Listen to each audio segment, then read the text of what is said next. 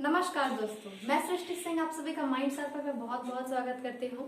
और ठंडी के दिन आ चुकी है, इसलिए स्वेटर टोपी पहन कर रहें और अपना ख्याल रखें और इसी तरह से वीडियो में बने रहिए, प्यार देते रहिए। चलिए स्टार्ट करते हैं।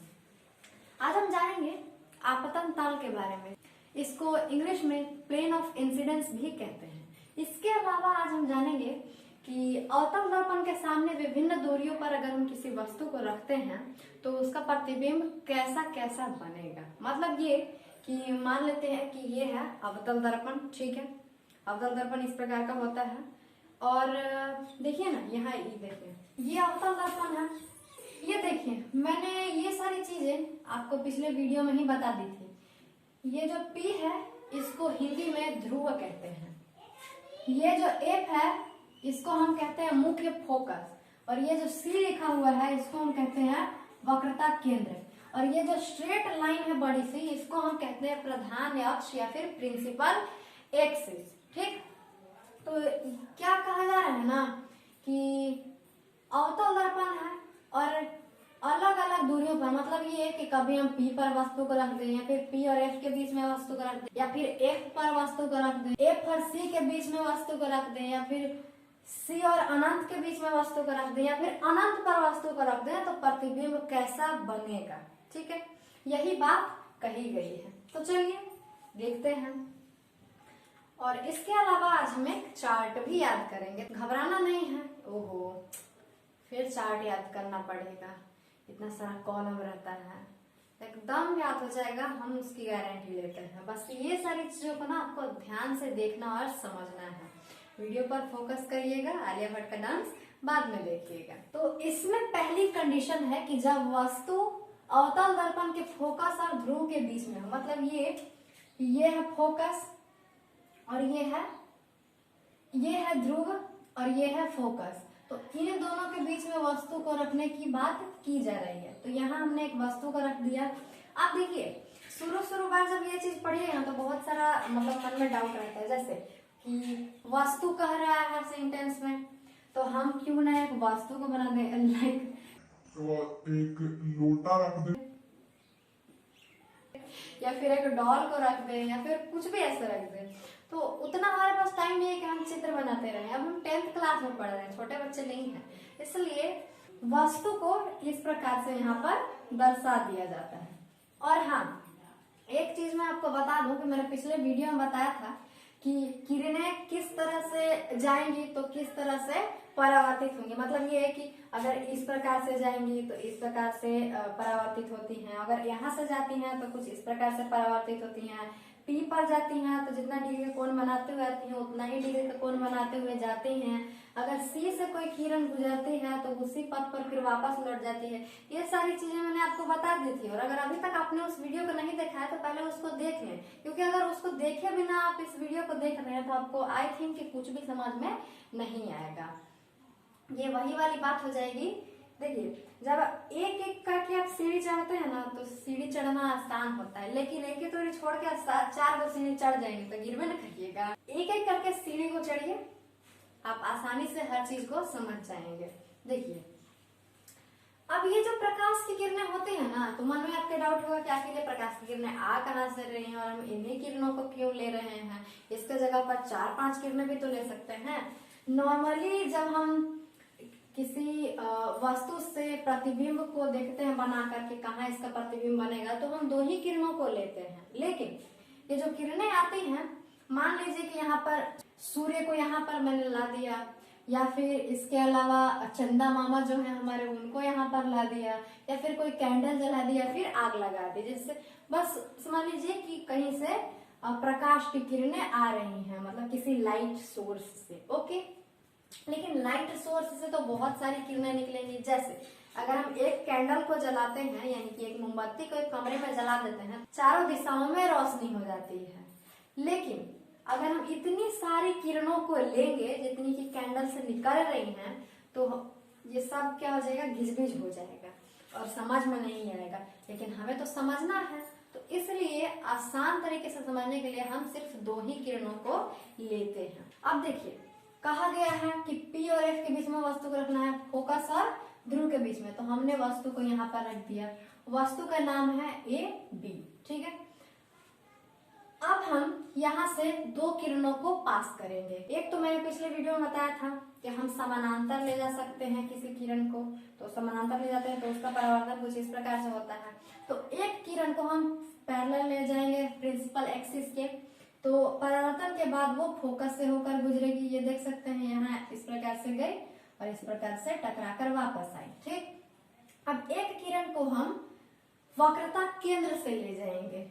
वक्रता केंद्र से जब हम वस्तु को ले जाते हैं तो आपको मैंने पिछले वीडियो में बताया था कि ये उसी पथ पर वापस लौट जाती है परावर्तन के बाद, तो उसी पथ पर वापस लौट जाती है परावर्तन के बाद। लेकिन ये क्या हुआ, किरणें तो इधर से ही वापस लौट गई, तो प्रतिबिंब बनेगा कैसे? प्रतिबिंब मैंने बताया था कि कटती है या फिर कटते हुए प्रतीत होती है तभी प्रतिबिंब का निर्माण होता है, लेकिन ये तो कहीं कटा ही नहीं कटा, तो जबरदस्ती अब हम इन किरणों को पीछे की ओर खींच के ले आएंगे। और खींच के जब हम पीछे की ओर लाते हैं तो एक पॉइंट ऐसा आता है जहां पर ये किरणें आपस में कट जाती हैं, और जहां कट जाती हैं उसी पॉइंट को तो प्रतिबिंब कहते हैं। तो यहाँ पर प्रतिबिंब का निर्माण हो जाता है। अब कुछ लोगों को ये डाउट होता है ना, जब ये शुरू आप चैप्टर पढ़िएगा तो, कि यहाँ पर ए डैश और बी डैश क्यों लिखा हुआ है। तो ए और बी इसका नाम था तो हम दूसरा भी नाम रख सकते थे, लेकिन किताब वाले ऐसा ही नाम रख देते हैं कि ए है यहाँ पर तो ए डैश कर दो और बी है तो बी डैश कर दो। ओके, इसमें कोई बहुत बड़ा रॉकेट साइंस नहीं है कि मतलब बहुत ज्यादा समझना पड़े, बस ये ए और बी नाम है इस प्रतिबिंब का, ठीक। ये क्लियर है। तो अगर आपको कोई पूछ ले कि पी और एफ के बीच में वस्तु को रखेंगे तो इसकी प्रकृति कैसी होगी, तो हम बोलेंगे कि प्रतिबिंब जो होगा वो वस्तु से बड़ा बनेगा, आभासी बनेगा और दर्पण के पीछे बनेगा, जैसा कि मैंने यहाँ पर लिख दिया है। सॉरी, यहाँ पर आभासी हो गया, आभासी होगा, आभासी, ठीक है, आभासी प्रतिबिंब। ओके, दर्पण के पीछे बनेगा, वस्तु से बड़ा बनेगा और आभासी बनेगा। ओके, और सीधा भी होगा, आभासी है तो सीधा भी होगा।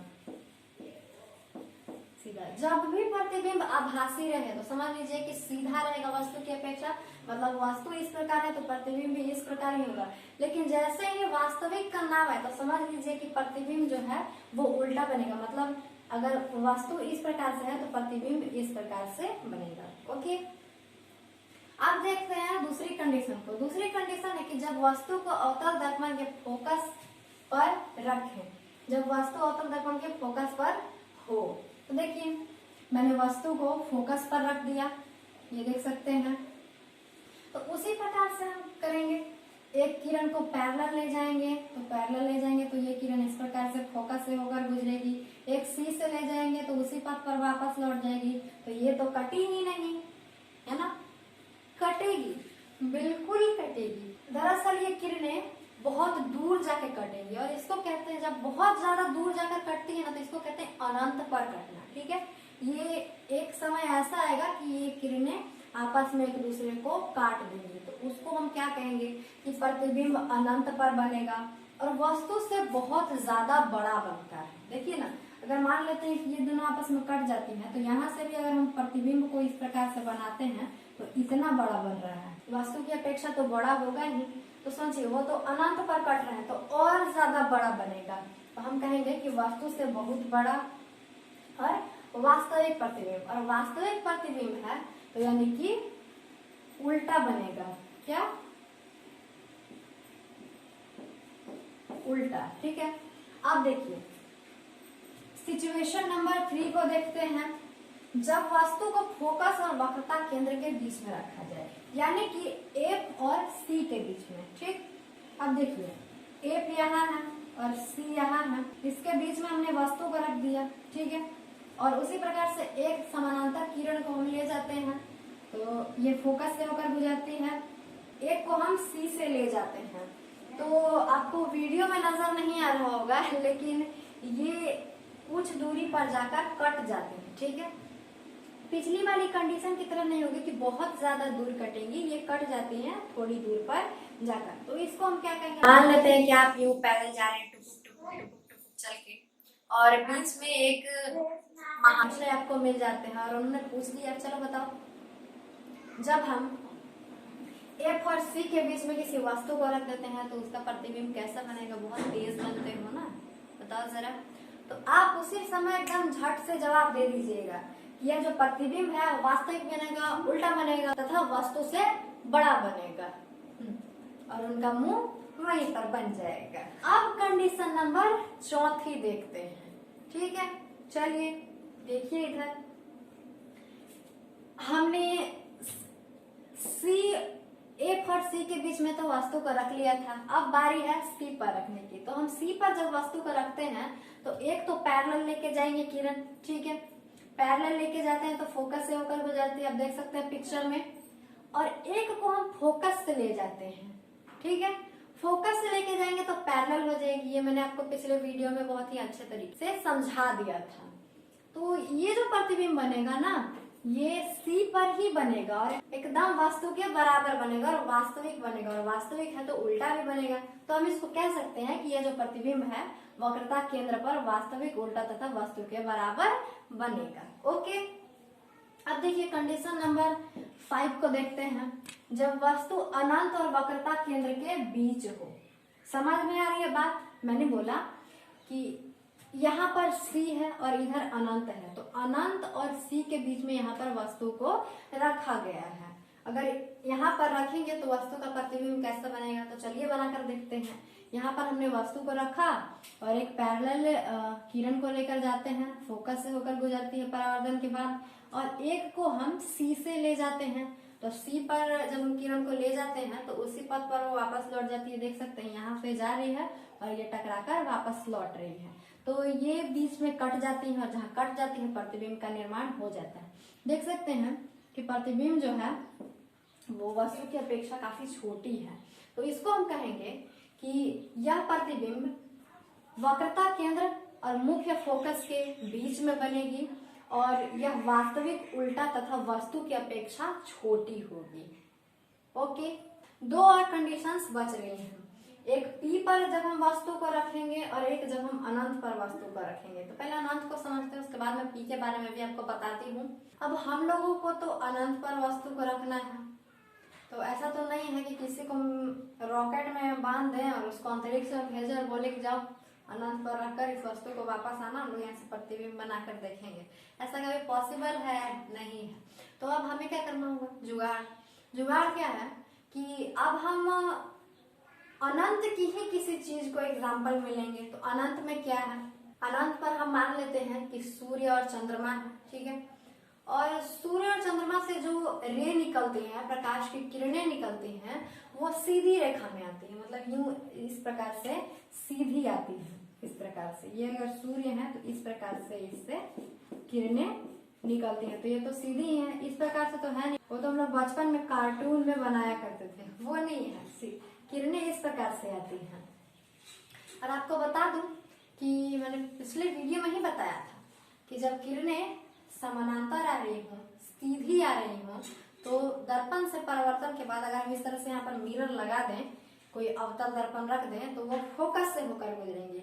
अगर कोई महाशय पूछ दें कि अनंत पर वस्तु को रखेंगे तो उसका प्रतिबिंब कहाँ बनेगा और कैसे बनेगा, तो हम बोलेंगे कि उसका प्रतिबिंब वास्तविक होगा, और वास्तविक है तो उल्टा भी होगा, और वस्तु की अपेक्षा बहुत ही छोटा, बहुत ज्यादा छोटा बनेगा, ठीक है? तो इसको आप नोट कर लीजिएगा। अब बात रहती है P की, कि अब कुछ लोगों के दिमाग में चल रहा होगा कि आपने इन सारे चित्रों के माध्यम से सारे कंडीशन को तो समझा दिया, लेकिन P की बात क्यों नहीं की गई? आपने P के बारे में क्यों नहीं बताया कि हम P पर वस्तु को रखेंगे तो उसका प्रतिबिंब कैसा बनेगा? तो आपको बता दूं कि P पर अगर हम वस्तु को रखते हैं तो उसको रे ले जाना और चित्र बनाना थोड़ा कठिन है, मुश्किल है, और यहाँ तक कि इस चीज को बुक में भी नहीं बताया गया है। P को क्या किया जाता है ना, जनरली याद कर लिया जाता है, चार्ट में हम याद कर लेते हैं इसको। और आप तो ठहरे थे, मुझे पता है कि आप याद कर लेंगे। और यहाँ पर कोई भी दिक्कत है तो मुझे कमेंट बॉक्स में लिखिए, और वीडियो पसंद आई तो वीडियो को लाइक करके ही जाइएगा, और चैनल पर नया तो प्लीज चैनल को सब्सक्राइब भी कर दें। और ये देखिए, ये जो अभी आप स्क्रीन पर देख रहे हैं ना, इसमें लिखा होगा कि वस्तु को कहाँ रखते हैं तो उसका प्रतिबिंब कहाँ बनते हैं, उसकी प्रकृति कैसी होती है, मतलब छोटा है, बड़ा है, उल्टा है, सीधा है। ये जो आप चार्ट देख रहे हैं इसका आप स्क्रीनशॉट ले लें और इसको याद कर लें। याद कर लेते हैं तो बहुत ज्यादा बढ़िया एकदम है। अगर एग्जाम में आ जाता है कि एक पर वस्तु को रखेंगे अवतल दर्पण के सामने तो उसका प्रतिबिंब कैसा बनेगा, तो आप झट से एकदम ये टिकटिका दीजिएगा कि अनंत पर बनेगा। लेकिन अगर ये याद नहीं रहता है तो थोड़ा सा और एक्स्ट्रा टाइम लगेगा, क्योंकि आपके प्रतिबिंब बनाकर देखेंगे कि कहाँ पर बन रहा है। ओके, तो इस चार्ट को आप याद करने की कोशिश कीजिएगा। 4-5 बार जब आप पढ़िएगा ना तो बहुत सी चीजें याद हो जाएंगी, और 2-4 दिन पर इसका रिवीजन करते रहना। इस वीडियो के लिए इतना ही। धन्यवाद।